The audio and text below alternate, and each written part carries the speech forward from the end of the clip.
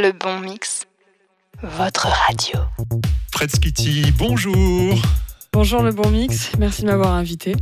Écoute, c'est avec grand plaisir. On a une petite histoire tous les deux en fait. Oui, chers auditeurs, enfin rien de bien méchant. C'est juste que Fred Skitty, lors du lancement de la radio Le Bon Mix, était la première que j'ai pu interviewer et ça s'est fait par téléphone. Et là, je suis très heureux de t'accueillir en chair et en os dans les studios du Bon Mix, Fred. Ouais, je suis d'autant plus ravie d'être là, donc à Toulouse, de passage chez toi, dans ce studio qui ressemble à un petit musée aussi, qui est c'est très impressionnant. Et je suis très contente d'être là. Et oui, il y a beaucoup de choses. J'ai vu que tu regardais un petit peu à droite à gauche et je t'ai dit, Fred, bon là maintenant on y va, on va quand même enregistrer l'interview. Donc pour ceux qui nous écoutent et qui nous regardent, car c'est aussi la radio visuelle, tu es musicienne et ça t'a pris comment l'envie de faire de la musique, car tu écris des titres, on va en parler. Alors ça remonte à une dizaine d'années, on va dire, parce que j'ai commencé en tant que DJ. Donc ça, j'avais 17 ans. Et puis 6 mois après, j'ai commencé à faire mes premières maquettes en MAO, donc en musique assistée par ordinateur. Et puis petit à petit, ça a été un apprentissage, j'apprends toujours. Mais bon, ça a été une révélation. Je pense que ça a été aussi une chance, aussi, je pense, d'être jeune et d'avoir une révélation, un truc dans un moment où dans ta vie tu te dis ok, je veux faire ça et je ferai tout pour. Moi je l'ai vraiment vécu comme ça, comme quelqu'un qui... Un appel peut-être, je sais pas, mais... Ouais, en attendant aussi, je crois que tu as un bon feeling musical parce que on a écouté un petit peu le Bon Mix en discutant. Tu m'as dit ça c'est bien, t'avais le casque. Quelles sont un peu tes influences? J'ai même cru voir que c'était les années 80, mais les années 80 c'est assez large. Ouais, c'est large. Tu aimes la musique en fait? Oui, après c'est vrai que j'ai peut-être des influences un peu rétro. Après moi j'ai ma grande sœur, j'ai 11 ans d'écart avec ma sœur, donc c'est vrai que j'ai un peu grandi avec ses références à elle. Et donc il y avait peut-être aussi, ça fait peut-être aussi parfois un décalage, mais je trouve que c'était une richesse. Et c'est vrai que oui, moi j'aime bien le rétro, mais après faut pas dire que c'était mieux avant parce que ça on le sait pas en fait finalement. Mais moi j'aime bien mettre un peu en tout cas j'essaie de mettre un peu de modernité avec une base un peu rétro, un peu années 80. Après rétro, c'est pas forcément péjoratif. Ah non, pas du tout. Ça peut être intéressant.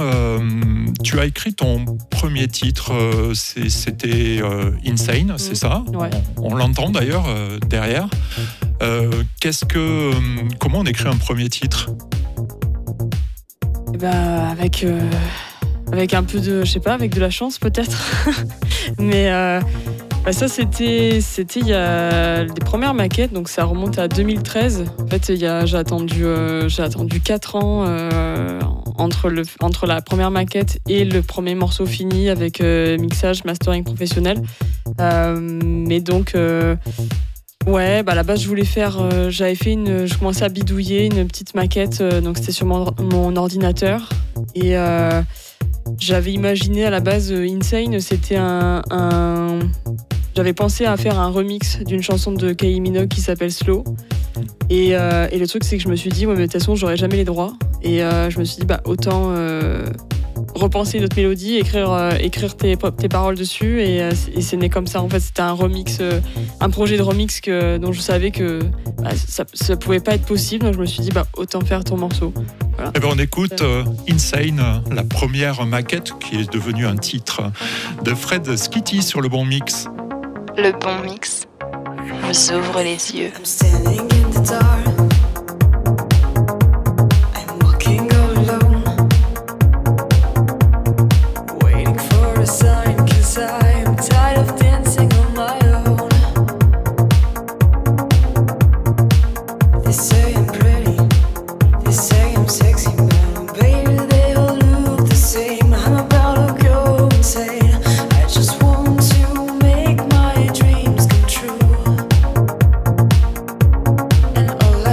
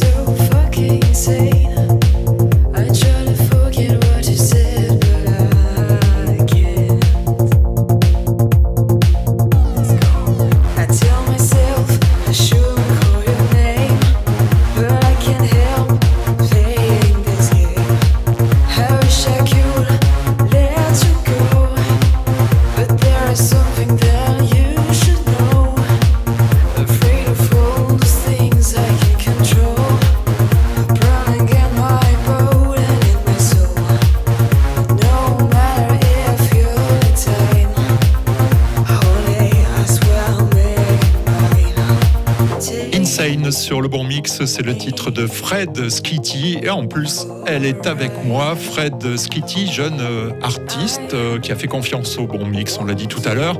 Une actualité peut-être Fred sur le live, car je sais que vous artistes, le live c'est quelque chose, ça permet une connexion avec le public. Est-ce qu'on a bientôt le privilège de te voir sur scène ? Alors j'aurai la chance de participer donc à l'édition 2022 du Mama Festival, qui est une convention annuelle qui réunit tous les professionnels de la musique pendant quelques jours à Paris. Et donc je joue en showcase le vendredi 14 octobre au Bar à Bulles, qui est à la Machine du Moulin Rouge à Paris. Et donc me concernant, c'est à partir de 12h50. Donc voilà, c'est à l'apéro, on va dire l'apéro du midi. C'est pas tout à fait l'horaire concert habituel, mais voilà, j'ai hâte d'y être. Je suis très contente. Alors, à d'y être, et comment on se prépare pour un événement comme ça ? Qu'est-ce que tu sais déjà ce que tu vas jouer ? Comment tu vas goupiller tout ça ? Ouais, là je vais essayer de. Ouais, j'ai encore à peu près un mois pour. Je sais pas si je dois dire ça, mais ouais, j'ai quelques semaines. Tu peux tout dire en fait. Ouais. Tu peux tout dire. C'est le mois prochain, en effet. Ouais, c'est le mois prochain. Ouais, donc j'ai quelques semaines là pour le préparer, mais je pense que oui, je vais refaire une résidence avec ingé son, ingé lumière. Enfin, on est 3 maintenant à tourner un peu ensemble. Et puis. Oui, des répétitions, se chauffer la voix, toutes les choses, gérer un peu son matériel aussi. Enfin voilà, c'est surtout qu'en musique électronique. Enfin moi c'est un peu ma hantise aussi, c'est d'avoir les bugs, hein, parce que quand on dépend aussi d'un système informatique, parfois c'est un peu qui tout double, mais bon voilà, c'est essayer surtout de. Des fois les bugs c'est un peu fondateur, ça permet aussi d'improviser du moment que c'est pas non plus un gros bug. Oui, non, c'est vrai. Voilà, non, je vais essayer déjà de pas trop stresser, de pas trop me prendre la tête. Je suis sûr que tout ira bien, donc ça c'est à Paris. Rappelle-nous les dates. Alors la convention c'est 12, 13, 14 octobre et me concernant c'est le vendredi 14 octobre à partir de 12h50 au Bar à Bulles, à la Machine du Moulin Rouge à Paris. Et puis tu as sorti un premier single qui annonce un album en fait qui arrivera sur le printemps 2023. Ouais. Parle-nous un petit peu de cet album. Alors cet album, c'est un projet de premier album qui est fait à partir d'une refonte de mon premier EP, donc celui que je t'avais envoyé il y a 2 ans. Puisque à la base je voulais partir sur une espèce de EP version deluxe avec 1 ou 2 morceaux inédits, et puis au final on s'est dit pourquoi pas faire une refonte, prendre ces titres là et en sortir plus de 2, faire des remixes et faire arriver à une petite dizaine et faire un premier album. Donc voilà, ça va rester un peu dans cette mouvance-là, dans cette identité visuelle aussi, et j'espère arriver à quelque chose de... Ouais, le visuel c'est important pour toi, on a pu le voir dans le clip de Je Mekimos qu'on entend derrière, qu'on va écouter. Le visuel, pourquoi le visuel ? Parce que je crois que l'image, l'image et le son sont des... je sais pas... Ça marche ensemble en fait. Ouais, voilà, c'est ça, c'est la musique et la vidéo, c'est deux sœurs qui n'auraient pas le même père ou pas la même mère, je sais pas, mais pour moi il y a une espèce de lien qui est inévitable, et c'est vrai que je pense que les deux ensemble, quand la vidéo et quand le son et la vidéo marchent bien, après ça fait des étincelles quoi. Le bon mix, votre piste à suivre. Sur ta peau s'avalanche de la beauté en grain. Je les compte un par un, le soir puis le matin. Dénivelant ton corps, sillonnant le décor. Sur ta peau s'avalanche de la beauté en grain. Je les compte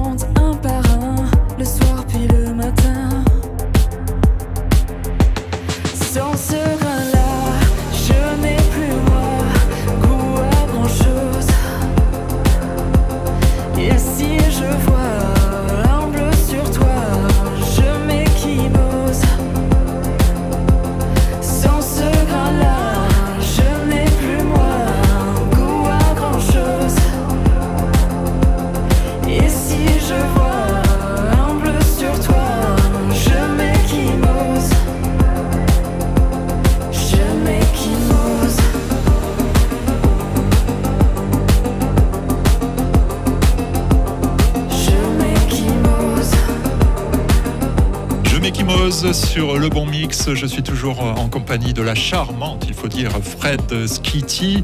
Je m'équimose, mais comment on part sur un titre comme ça? Alors, justement, ça va me donner l'occasion de saluer mes collaboratrices, puisque on était 3 sur ce morceau. Dans le sens où l'an dernier, j'ai fait la connaissance de 2 parolières qui s'appellent Aurélie Oziol et Agathe Géniès, qui sont des parolières originaires de Paris.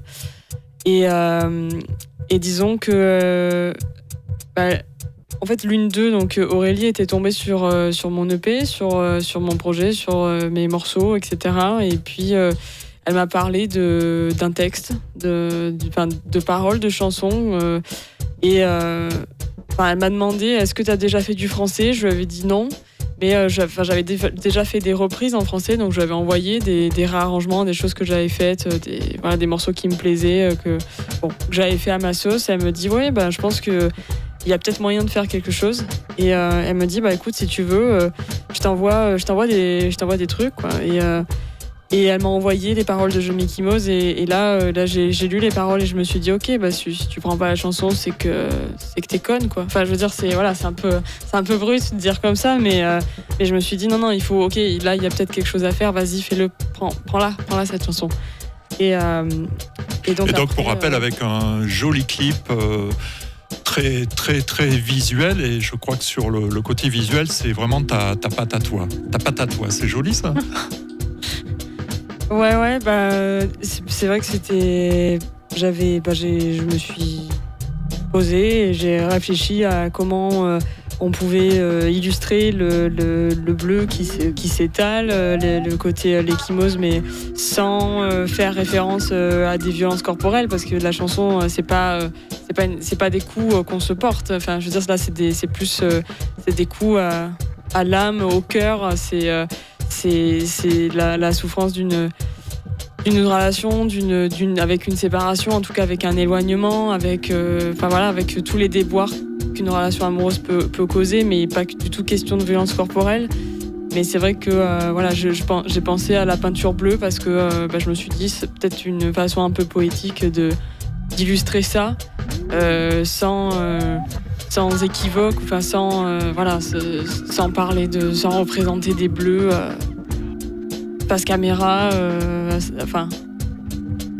oui. Au sens strict. Très bien. Écoute, donc une bonne activité de ta part. Il est bien avancé l'album, j'imagine, qui va sortir l'année prochaine. Ouais, bien avancé. Moi, je suis encore dans certaines maquettes aussi. Mais les choses petit à petit, il y a des étapes qui se franchissent et c'est vrai que c'est assez flippant aussi parce que on se dit c'est quand même un beau projet, un gros projet. Est-ce qu'il y a des moments où tu te dis mince alors, j'y arrive pas, je suis pas inspiré? Est-ce qu'il y a des moments où tu es plus inspiré? Est-ce que c'est un peu comme un écrivain devant sa feuille blanche? Ouais, parfois c'est un peu ça. Hein. C'est vrai que ça fait peur un peu, hein, non pas la page blanche, mais le projet vide, ou du moins avec des maquettes qui sont là. Tu te dis il y a un bon début, mais en fait il y a que le début parce que tu te dis ouais non, en fait j'arriverai pas à faire un morceau fini avec.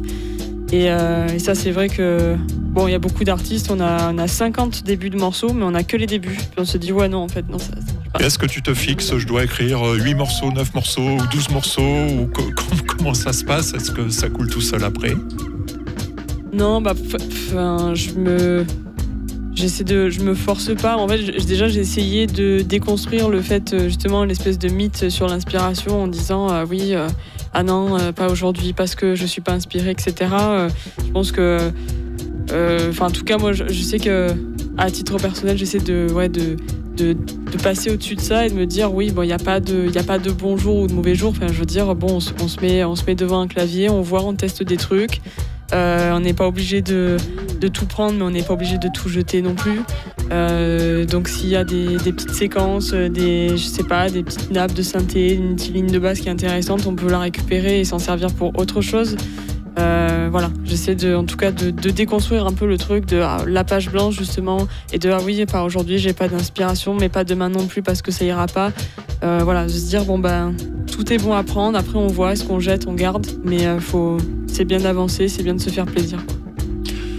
Alors il est un petit peu plus de midi, on est samedi, on est bien, on est sur le bon mix, on va aller déjeuner ensemble et je crois qu'on peut dire à nos chers auditeurs que cet après-midi, on va se prêter au jeu d'enregistrer pour la première fois, décidément que des premières fois avec toi, la première fois d'un enregistrement live dans les studios du bon mix, car tu vas faire un concert cet après-midi et on aura le plaisir de le diffuser bien sûr sur le bon mix si le résultat nous convient.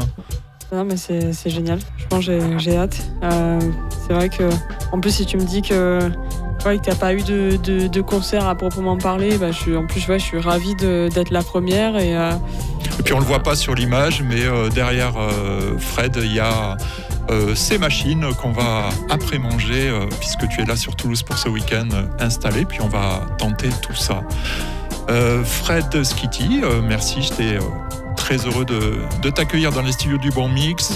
Donc, rappel de l'actualité, le concert, plutôt showcase d'ailleurs, le Mama à Paris, la date... le 14 octobre. 14 octobre, un prochain album qui va sortir au printemps, l'année prochaine. Et puis, on va aller déjeuner ensemble et puis... se mettre sur ce concert live dans les studios du Bon Mix. On se retrouve donc très bientôt. Merci beaucoup, Fred. Merci à toi.